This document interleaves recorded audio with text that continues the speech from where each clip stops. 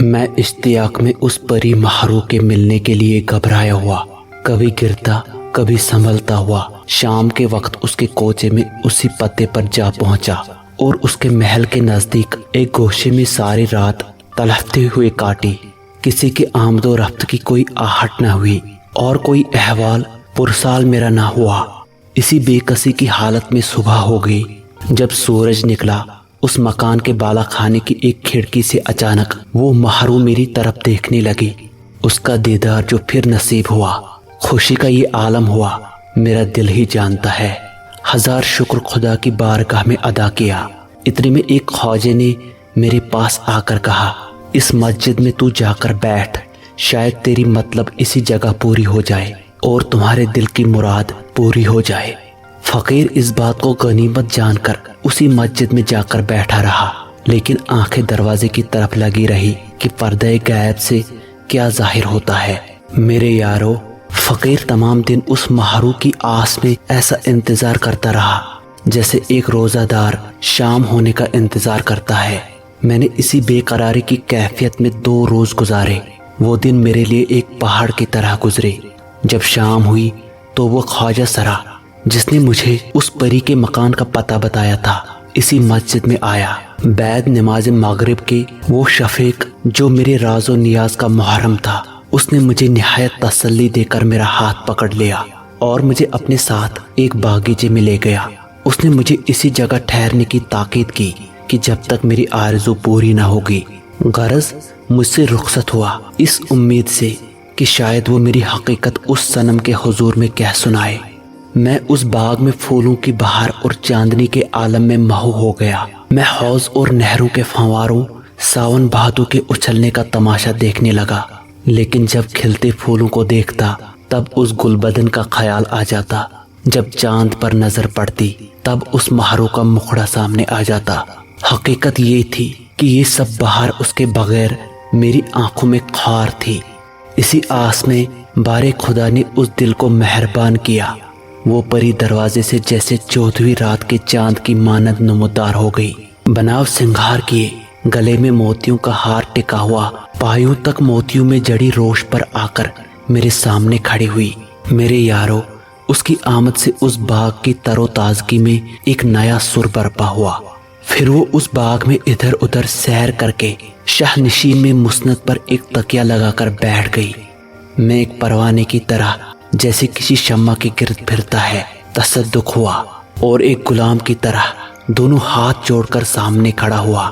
اس کے بعد وہ خواجہ سرا میری خاطر بطور سفارش عرض کرنے لگا کہ میں نے حضور میں عرض کیا تھا کہ بندہ گناہ گار تفسیر وار ہے، جو حضور کا فرمان ہو وہ سزا دے۔ وہ پری ناخوشی کے عالم میں بولی کہ اب اس کے حق میں یہی بہتر ہوگا کہ 100 توڑے اشرفیوں کے لے جا کر اپنا اسباب درست کرے اور اپنے وطن کو واپس چلے۔ میرے یارو، میں یہ بات سنتے ہی چونک گیا اور سوکھ کر کانٹا ہو گیا۔ بنا خون ٹپکے جیسے کسی نے میرے بدن کو 1000 بار کاٹ لیا اور تمام دنیا میری آنکھوں کے سامنے اندھیری سی ہو گئی، اور ایک زور کی نامرادی کی بے اختیار میرے جگر سے نکلی۔ سوائے خداوند کے اس وقت کسی کی توقع نہ رہی۔ مایوس محض ہو کر بس اتنا بولا کہ حضور اپنے دل میں غور فرمائے، اگر مجھ بد نصیب کو دنیا کا لالچ ہوتا تو اپنا جان و مال حضور کی بارگاہ میں نچھاور نہ کر دیتا۔ کیا میری خدمت گزاری اور جانثاری میں کوئی کمی رہ گئی جو حضور مجھ بد نصیب کی طرف بے التفائی برت رہی؟ خیر، اب مجھے اپنی زندگی سے کوئی سروکار نہیں۔ معشوقوں کی بے وفائی اور بے التفائی سے بیچارے عاشق کے پاس سوائے جان دینے کے کوئی اور راستہ نہیں ہوتا۔ یہ بات سن کر وہ نازنین تیوری چڑھا کے بولی، آپ ہمارے عاشق کب ہوئے؟ اے بے وقوف، اپنے حوصلے سے زیادہ باتیں خیال خام ہے۔ چھوٹا منہ بڑی بات نہ کر، بس اور کچھ نہ بول۔ اگر کسی اور نے یہ حرکت بے معنی کی ہوتی، قسم پروردگار کی اس کی بوٹیاں کٹوا کر میں چیل قوموں میں بانٹتی، پر کیا کروں، تیری خدمت یاد آتی ہے۔ اب تمہاری بھلائی اسی میں ہے کہ جہاں سے آئے ہو واپس وہاں کی راہ لے۔ تمہاری قسمت کا دانا پانی ہماری سرکار میں بس یہی تلک تھا۔ اس کی یہ باتیں سن کر میں نے روتی ہوئی حالت میں کہا، بس اگر میری تقدیر میں یہی لکھا ہے کہ اپنے دل کے مقصد کو نہ پہنچوں اور جنگل پہاڑوں میں اپنا سر ٹکراتا پھروں تو لاچار ہوں۔ وہ محرو اس بات پر بھی خفا ہو کے بولی کہ مجھے یہ بہلا پھسلانے کی باتیں بالکل بھی باور نہیں۔ اس اشارے کی گفتگو کی جو لائق ہے تو اس کے پاس جا کر کہہ سنا۔ پھر وہ اسی خفگی کے عالم میں اٹھ کر اپنے دولت خانے چلی گئی۔ میں نے اپنا سر پٹکا پر وہ میری طرف پھر متوجہ نہ ہوئی۔ آخر لاچار اس مکان سے اداس اور نا امید ہو کر نکلا۔ غرض 40 دن اسی حالت میں گزر گئے۔ جب شہر کی کوچہ گردی سے اکتاتا تو جنگل کی طرف نکل جاتا، پھر جب وہاں کی تنہائی سے گھبراتا تو شہر کی گلیوں میں دیوانہ سا واپس آ جاتا۔ نہ دن کو کھاتا نہ رات کو سوتا۔ زندگی انسان کے کھانے پینے سے ہے، آدمی اناج کا کیڑا ہے۔ طاقت بدن میں مطلق نہ رہی، اپاہج ہو کر اسی مسجد کی دیوار کے نیچے جا پڑا رہا۔ ایک روز وہی خواجہ سرا جمعہ کی نماز پڑھنے آیا۔ میں آہستگی سے نا طاقتی کی حالت میں یہ شعر پڑھ رہا تھا: اس درد دل سے موت ہو یا دل کو تاب ہو، قسمت میں جو لکھا ہو الہی شتاب ہو۔ اگرچہ بظاہر میری صورت بالکل تبدیل ہو گئی تھی، چہرے کی یہ شکل ہو چکی تھی کہ جس نے مجھے پہلے دیکھا تھا وہ بھی مجھے پہچان نہ پایا، لیکن وہ شخص میری محلی آواز درد کی سن کر میری طرف متوجہ ہوا۔ میری طرف غور سے دیکھ کر بڑا افسوس کرنے لگا اور بڑی شفقت سے مخاطب ہو کر کہنے لگا کہ آخر اپنی یہ حالت کس طرح سے پہنچائی۔ میں نے کہا کہ میں تو مال سے بھی حاضر تھا اور اس کے واسطے جان بھی تصدق کی تھی، اب اس کی یہی خوشی تو میں کیا کروں۔ میری یہ روداد سن کر ایک خدمتگار میرے پاس چھوڑ کر وہ مسجد میں چلا گیا۔ نماز اور خطبے سے فراغت کر کے جب باہر آیا تو اس فقیر کو ایک میانے میں ڈال کر اپنے ساتھ خدمت میں اس پری بے پرواہ کی لے جا کر گھر کے باہر بٹھایا۔ وہ جان بوجھ کر بیگانی ہو کر پوچھنے لگی کہ یہ شخص کون ہے۔ اس خواجے نے کہا کہ حضور، یہ وہی بد نصیب انسان ہے جو حضور کی خفگی اور اتاب میں پڑا تھا۔ آپ دیکھ لیجئے اس کی کیا حالت ہو گئی ہے۔ عشق کی آگ نے اسے جلا کر خاک کر دیا ہے۔ ہر چند اسی سبب سے جو آنسو سے بجھاتا ہے پر وہ اور زیادہ بھڑک جاتی ہے۔ اس پر نظر ثانی فرمائے۔ پری نے ٹھٹولی سے فرمایا کہ کیوں جھوٹ بولتے ہو؟ اس کی واپس اپنے وطن پہنچنے کی خبر مجھے کب کی مل چکی جو میرے خبرداروں نے مجھے دی۔ یہ کون ہے اور تم کس کا ذکر کر رہے ہو؟ اس خواجہ سرا نے ہاتھ جوڑ کر التماس کیا، اگر جان کی امان پاؤں تو عرض کروں۔ فرمایا کہ تیری جان تجھے بخش دی۔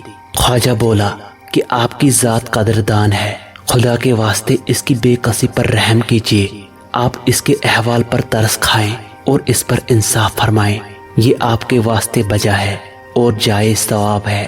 آگے حد ادب جو مزاج مبارک میں آئے سو ہی بہتر ہے۔ اتنے میں وہ سن کے مسکرائی اور فرمایا، بھلا کوئی ہو جو اسے دارالشفا میں لے جائے، جب یہ ٹھیک بلا چنگا ہو جائے تب اس کے احوال کی پرستش کی جائے گی۔ خواجے نے کہا کہ اگر اپنے دست خاص سے اس پر گلاب چھڑکے اور اپنی زبان سے اس کے واسطے کچھ فرمائیں تو اس کو اپنے جینے کی امید مل جائے۔ نا امیدی بری چیز ہے، یہ دنیا بس امید پر قائم ہے۔ اس بات پر اس پری نے کچھ نہ کہا۔ یہ سوال و جواب سن کر میں بھی اپنے جی سے اکتا رہا۔ میں بے دھڑک بول اٹھا کہ میرا اب اس حالت کی زندگی کو دل نہیں چاہتا، پاؤں تو قبر میں لٹکا چکا ہوں، ایک روز مرنا ہے اور میرا علاج تو بس بادشاہ زادی کے ہاتھ میں ہے۔ اگر حضور چاہے تو نیک دل بن کے مجھ پر نظر ثانی کرے اور اس جسم و دل کی طبیب بن جائے۔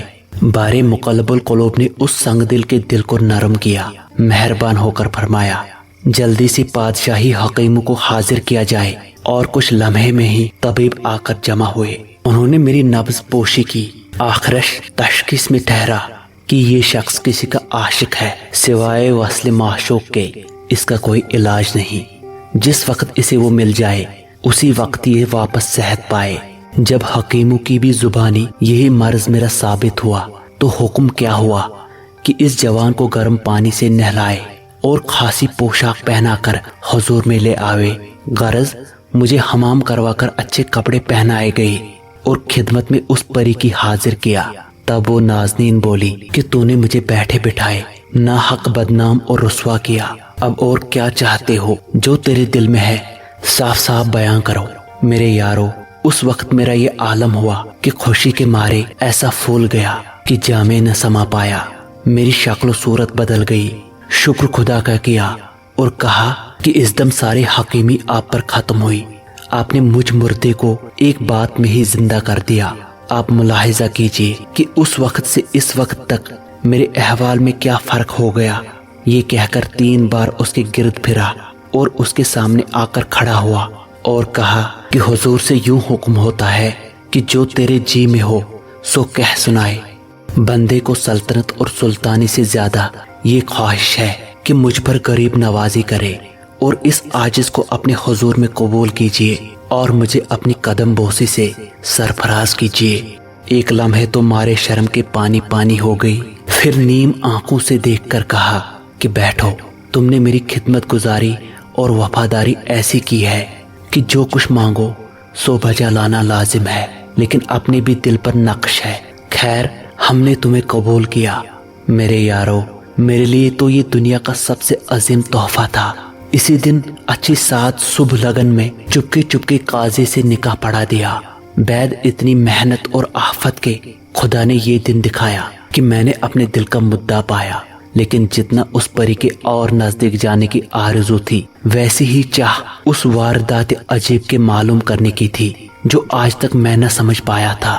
کچھ اہم سوالات کے جواب کی طلب تھی کہ یہ پری آخر کون ہے، اور وہ حبشی غلام جس نے ایک پرزے کاغذ پر اتنی ساری اشرفیہ میرے حوالے کیے آخر کون تھا، اور تیاری ضیافت کی بادشاہوں کے لائق ایک پہر میں کیسے ممکن ہوئی، اور وہ دونوں بے گناہ اس مجلس میں کس لیے مارے گئے، اور سبب بے التفائی کا اور خفگی کا باوجود خدمت گزاری اور ناز برداری کے مجھ پر کیوں کر ہوا، اور پھر ایک بارگی میں ہی اس عاجز کو یوں سر بلند کیوں کیا۔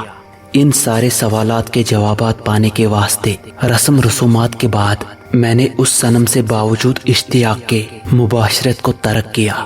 غرض کچھ دن بعد اس صنم نے کہا کہ کیا یہ اشتیاق اسی لیے تھا کہ مجھ سے دوری برتے، آخر اس بے التفائی کی کیا وجہ ہے۔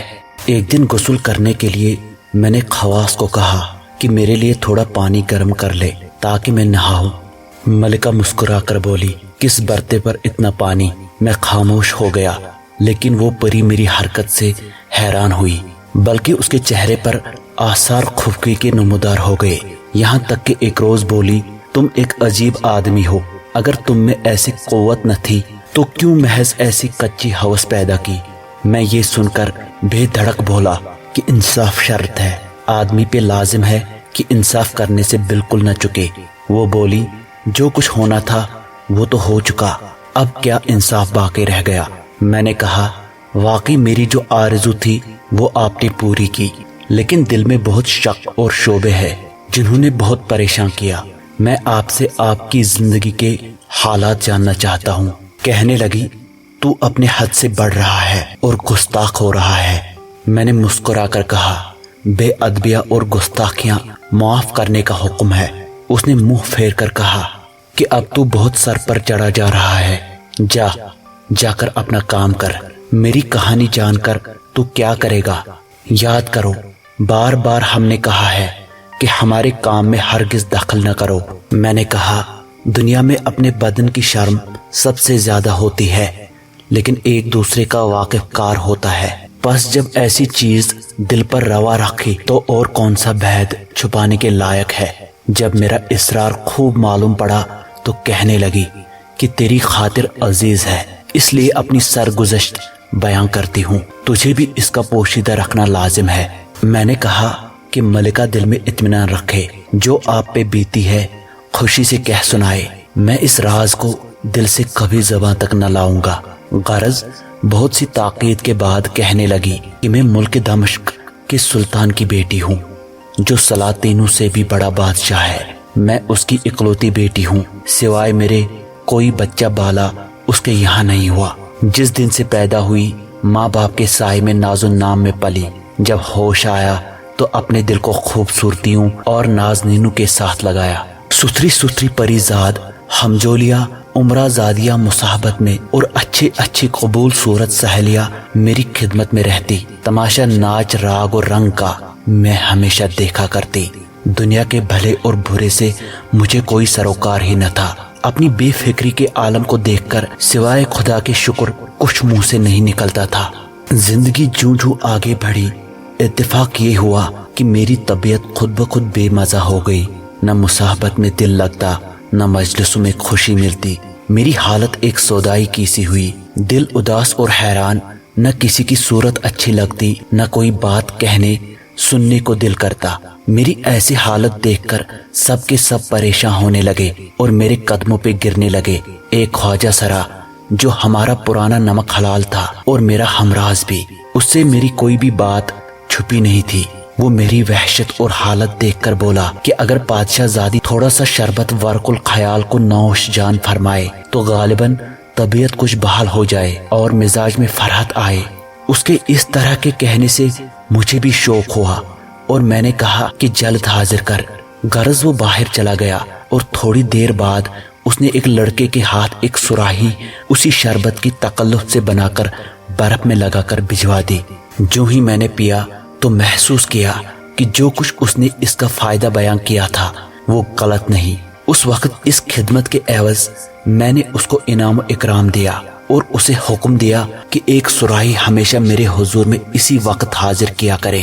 اس دن یہ مقرر ہوا کہ خواجہ سرا سراہی روز اسی چھوکرے کے ہاتھ بھیجے۔ خواجہ سرا روز دن کے اسی وقت اس لڑکے کے ہاتھ سراہی بھیجا کرتا اور جب نشہ طلوع ہوتا تو اس کی لہر میں میں اسی لڑکے کے ساتھ اپنا دل بہلاتی اور اچھی اچھی میٹھی میٹھی باتیں اس لڑکے سے کیا کرتی۔ دن گزرنے کے ساتھ میرا اس لڑکے سے دل بہلنے لگا اور میں اس سے انعام و اکرام دینے لگی اور اس کے ساتھ اٹکیلیاں اور مذاق کرنے لگی۔ میں اپنے دل کے شوق کی خاطر اسے روز انعام و اکرام سے نوازتی رہی، لیکن اتنے انعام و اکرام کے بعد بھی وہ بدبخت لڑکا انہی میلے کچیلے کپڑوں میں میرے پاس آتا جو وہ ہر روز پہنتا تھا، جسے دیکھ کر مجھے عجیب سی حقارت محسوس ہوتی۔ ایک دن میں نے اس نوجوان سے پوچھا کہ میں جو تمہیں ہر روز اتنے انعام دیتی ہوں، تم نے پھر بھی اپنی صورت ویسی کی ویسی رکھی ہے۔ مجھے بتاؤ کہ یہ سارے پیسے تم کہاں خرچ کر رہے ہو یا جمع کر رہے ہو؟ اس لڑکے نے یہ خاطرداری کی باتیں جو سنی تو آنسو اپنی آنکھوں سے ڈب ڈبا کر کہنے لگا، جو کچھ آپ نے غلام کو عنایت کیا سب استاد نے لے لیا، اس میں مجھے ایک پیسہ بھی نہیں دیا۔ میں کہاں سے دوسرے کپڑے بناؤں جو پہن کر آپ کے حضور میں آؤں؟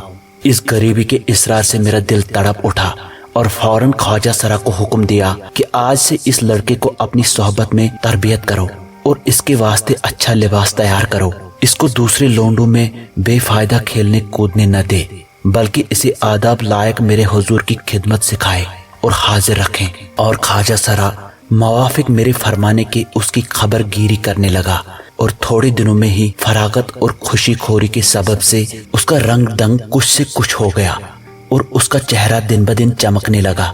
اس کی صورت دیکھ کر میں اپنے دل کو ہر چند سنبھالتی، پر اس کافر کی صورت دل میں ایسی کھپ گئی کہ دل بس یہی چاہتا کہ مارے پیار کے اسے اپنے کلیجے میں ڈال رکھوں اور اسے اپنی آنکھوں سے ایک پل کے لیے بھی جدا نہ کروں۔ آخر اس کو مصاحبت میں داخل کیا اور خلعتیں طرح طرح کی اور جوہری پوشاک رنگ برنگ اس کو پہنا کر دیکھا کرتی۔ اس کے نزدیک رہنے سے میری آنکھوں کو سکھ اور میرے کلیجے کو ٹھنڈک پہنچتی تھی۔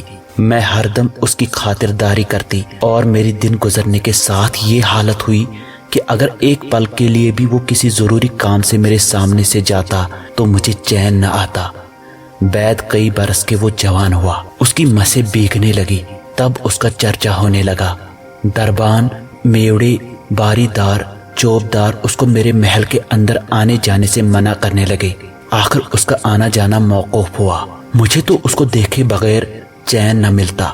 جب یہ احوال نا امیدی کا میں نے سنا، میرے لیے ایک دم پہاڑ تھا۔ ایسی بدحواس ہوئی کہ جیسے مجھ پر کوئی قیامت ٹوٹ پڑی۔ میری یہ حالت ہوئی کہ نہ کچھ کہہ سکتی ہوں اور نہ ہی اس کے بن رہ سکتی ہوں۔ میں نے اس خواجہ سرا کو جو کہ میرا ہمراز تھا اسے کہا کہ اس لڑکے کی خیر و خبر رکھا کرے اور کچھ اشرفیہ دے کر کہا کہ اس کے لیے جوہری کی ایک دکان خریدی جائے اور میرے محل کے پاس اس کے لیے ایک عالی شان حویلی بنائی جائے۔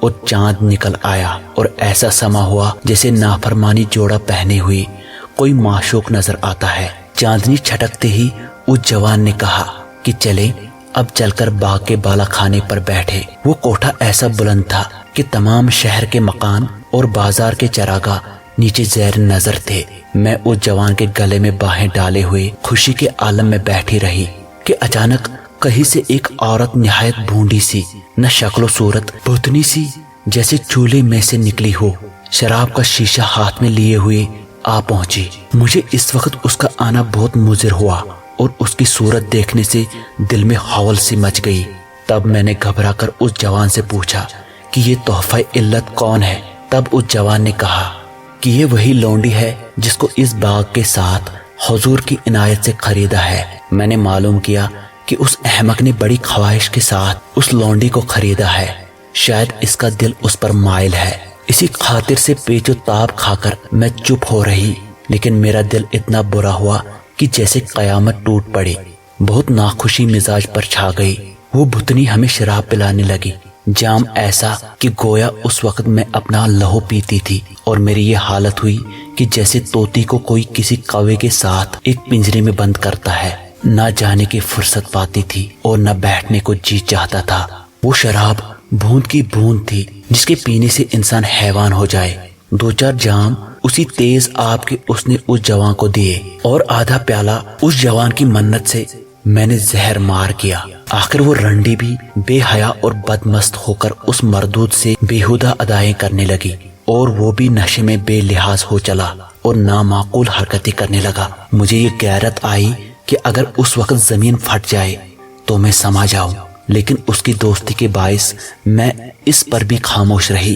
لیکن وہ تو حقیقی طور پر بے حیا اور بڑا بے غیرت نوجوان تھا۔ میری اس درگزر کو نہ سمجھا، نشے کی لہر میں اور بھی 2 پیالے چڑھا گیا، رہا سہا ہوش بھی جاتا رہا۔ بے شرمی سے میرے روبرو اس بے حیا نے اس بندوڑ سے صحبت کی، اور وہ پچھل پائی بھی اسی حالت میں نیچے پڑی ہوئی ناز و نخرے کرنے لگی، اور دونوں میں عجیب و غریب بے غیرتی والی حرکتیں ہونے لگی۔ نہ اس بے وفا میں وفا رہی، نہ اس بے حیا میں حیا رہی۔ میری یہ حالت ہوئی کہ میں اپنے آپ پر لعنت کرنے لگی کہ کیوں تو یہاں آئی، آخر کہاں تک سہتی۔ میرے سر سے پاؤں تک آگ لگ گئی، اور اسی تیش میں وہاں سے لوٹ آئی۔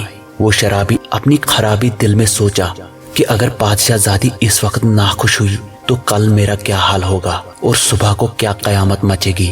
اب یہ بہتر ہے کہ شہزادی کو مار ڈالوں۔ اگلے روز وہ آیا اور میرے پاؤں پر گر پڑا اور پگڑی سر سے اتار کر منت جاری کرنے لگا۔ میرا دل تو اس پر لٹو ہو رہا تھا، جدھر لیے پھرتا تھا پھرتی تھی، اور ایک چکے کی طرح میں اس کے اختیار میں تھی۔ جو وہ کہتا میں کرتی تھی۔ جو تو مجھے بہلا پھسلا کر وہ مجھے پھر بٹھلایا اور اسی شراب کے نشے میں 2-4 پیالے بھر بھر کر مجھے پلائے۔ ایک تو غصے کے مارے جل کر کباب ہو رہی تھی، اور دوسرا ایسی شراب پی کر بے ہوش ہو گئی۔ تب اس بے رحم نمک حرام سنگ دل نے تلوار سے مجھے گھائل کر دیا، بلکہ اپنی دانست میں تو اس نے مجھے مار ہی ڈالا۔ اس کے بعد تمہارے پاس جو میری آنکھ کھلی تو منہ سے یہی الفاظ نکلے، خیر جیسا ہم نے کیا ویسا ہی واپس پایا، لیکن تم اپنے تئیں میرے اس خون ناحق سے بچنا، مبادا ہو کوئی ظالم تیرا گریباں گیر۔ میں مرنے والی ہی تھی کہ خدا نے تمہیں میرے پاس بھیجا، اور تمہاری وجہ سے مجھے ایک نئی زندگی مل گئی۔ اس کے بعد میں جب صحتیاب ہوئی تو میرا دل تھا کہ میں اسے خوب بڑھ کر انتقام لے لوں۔ اسی واسطے میں نے اپنے خزانچی سیدھی بہار کے پاس تمہیں بھیجا، اور اس خط میں میں نے یہ لکھا تھا کہ میں فلاں مقام میں رہائش پذیر ہوں اور میری والدہ کو اس سے خبردار کر لے۔ بادشاہ سلامت جو کہ اس وقت باہری ملک کے دوروں پر تھے، لہذا اس کو اس واقعے کی کوئی خبر بھی نہیں۔ میری خزانچی سیدھی بہار نے وہ دولت میری اخراجات کے واسطے تمہارے حوالے کی۔ پھر میں نے کچھ اشرفیوں کے ساتھ تمہیں اس جوہری کے دکان پہ بھیجا۔ مجھے پتا تھا کہ وہ کمینہ ہر کسی سے جلدی مانوس ہو جاتا ہے، اور تمہارے ساتھ بھی جلدی مانوس ہو جائے گا۔ پھر جب تم اسے مل کر آئے اور دعوت کی بات کی تو میں نے خوشی خوشی تمہیں دعوت قبول کرنے کی اجازت دے دی، اور دل میں سوچا کہ جیسے اس نے دعوت کی تم بھی اس کو ویسے ہی دعوت کرو گے، جس کے لیے میں نے پورا انتظام کر لیا تھا۔ جب تم اس کے پاس 3 دن وہاں رہے تھے، اس دوران میں اپنی والدہ کے پاس گئی اور اس کو پوری کہانی سے آگاہ کیا، جو بھی مجھ پر بیتی تھی سارا ماجرا اس کو سنایا اور اس کو راضی کیا کہ میں اس سے انتقام لے لوں گی جس میں آپ کی مدد درکار ہے۔ تب میری والدہ مان گئی اور ان پورے انتظامات میں اسی نے میری پوری مدد کی۔ جب تم واپس آئے تو میں نے حکم دیا کہ اس سوداگر کو بھی تم دعوت کرو۔ جب وہ آ گیا تب میں اپنے بچھائے ہوئے جال میں کامیاب ہو گئی، اور جب تم سب لوگ مدہوش ہو کر بے ہوشی کے عالم میں سو گئے، اس دوران ہی میں نے ان دونوں کے سر اڑوا دیے۔ میں کسی کا برا نہیں چاہتی تھی، لیکن شاید یہ خرابیاں قسمت میں لکھی تھی۔ میں نے اول تا آخر خود پر بیتی ساری کہانی سنا دی۔ اگر تمہارے دل میں کچھ اور ہے تو بتا۔ جس طرح میں نے تیری خاطر خود کو تیرے کہنے پہ قبول کیا، تو بھی میرا فرمایا اسی طرح قبول کر۔ میری صلاح ہے کہ اب اس شہر میں ہم دونوں کا رہنا مناسب نہیں، آگے تو مختار ہے۔ شہزادی اپنے پر بیتی ساری داستان سنا کر چپ ہو گئی۔ میں جو دل و جان سے اسی کے حکم کو مقدم سمجھتا تھا، جو اس کی مرضی تھی میرے لیے وہ بہتر تھا۔ میں نے کہا جو شہزادی کی مرضی میرے لیے وہی مناسب ہے۔ جب شہزادی نے مجھے اپنے تئیں فرما بردار اور خدمت کار سمجھا تو بولی کہ 2 گھوڑے چالاک اور جاں باز کہ چلنے میں ہواؤں سے باتیں کرے بادشاہ کے خاص استبل سے منگوا کر تیار رکھیں۔ اور جو شہزادی کا فرمان تھا میں نے ویسا ہی کیا۔ جو ہی آدھی رات گزری، بادشاہ زادی ایک مردانہ لباس پہن کر اور 5 ہتھیار باندھ کر ایک گھوڑے پر سوار ہوئی، اور دوسرے گھوڑے پر میں مسلح ہو کر چڑھ بیٹھا، اور دونوں نے ایک سمت کی جانب راہ لی۔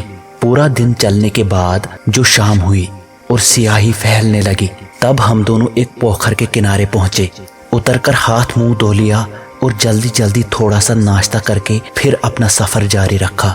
کبھی ملکہ کچھ باتیں کرتی اور کہتی کہ ہم نے تیری خاطر شرم و حیا، ملک، مال، ماں باپ سب کچھ چھوڑ دیا، کہیں ایسا نہ ہو کہ تو بھی مجھے اس ظالم بے وفا کی طرح سلوک کرے۔ کبھی میں کچھ احوال ادھر ادھر کا راہ کٹنے کے لیے کہتا اور جواب میں کہتا کہ ملکہ سب آدمی ایک جیسے نہیں ہوتے، میں تمہیں دل و جان سے چاہتا ہوں، میں نے تو اپنا جان و مال تم پر قربان کیا ہے، اور تم نے جو مجھے سرفرازی بخشی، اب میں بس تمہارا ہوں۔ میرے چمڑے کی اگر تم جوتیاں بنا کر بھی پہنو گی تب بھی میں نہیں کروں گا۔ غرض ایسی ہی باتیں دونوں طرف سے ہوتی رہی اور ہم رات دن چلتے رہے۔ کبھی جنگلوں میں چرند پرند کا شکار کرتے اور نمک لگا کر جھاڑ بھون کر انہیں کھا لیتے اور گھوڑوں کو چھوڑ دیتے۔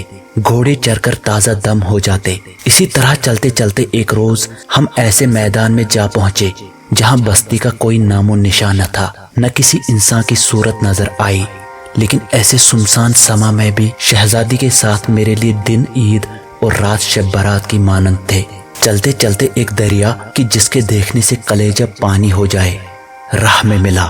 کنارے ہو کر جو دیکھا تو جہاں تک نگاہ نے کام کیا بس پانی ہی پانی نظر آ رہا تھا۔ ہمیں مایوسی ہوئی کہ یا الہی اس سمندر کو کیسے پار کرے جس کا کوئی کنارہ بھی معلوم نہیں ہو رہا تھا۔ بہت دیر سوچنے کے بعد میرے دل میں لہر آئی کہ شہزادی کو یہی بٹھا کر میں کسی ناؤ کی تلاش کر لوں، اور جب تلک اسباب گزارے کا ہاتھ آئے تب تلک وہ نازنین بھی کچھ آرام پاوے۔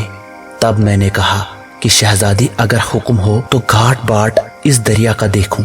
وہ بولی کہ بہت تھک گئی ہوں اور پیاس بھی خوب لگ رہی ہے، آپ جائیں اور اس دریا کو پار کرنے کی کچھ تدبیر کرے، تب تک میں اپنا دم سنبھال لوں۔ اس جگہ ایک پیپل کا پیڑ تھا، اتنا بڑا اور چھاؤں اتنی گھنی کہ 1000 آدمی سے زائد اس کی چھاؤں میں آرام پاوے۔ غرض اس کے نیچے میں شہزادی کو بٹھا کر تلاش زمین پر یا دریا میں کسی انسان کے نشان کی کرنے لگا۔ میں ہر سمت میں ڈھونڈتا رہا لیکن ہاتھ کچھ نہ لگا۔ آخر مایوس محض ہو کر واپس اسی جگہ جو پہنچا تو اس پری کو پیڑ کے نیچے نہ پایا۔ اس وقت میری یہ حالت ہوئی کہ خود کو سنبھال نہ پایا، دیوانہ سا باولا ہو گیا۔ کبھی درخت پر چڑھتا اور ڈال ڈال پھرتا، کبھی ہاتھ پاؤں چھوڑ کر زمین پر گر جاتا اور واپس اس درخت کے آس پاس تصدق ہو جاتا اور چنگاڑ مار کر اپنی بے بسی پر روتا۔ کبھی پچھم سے پورب کی جانب دوڑا جاتا تو کبھی اتر سے دکن کو پھرتا۔ غرض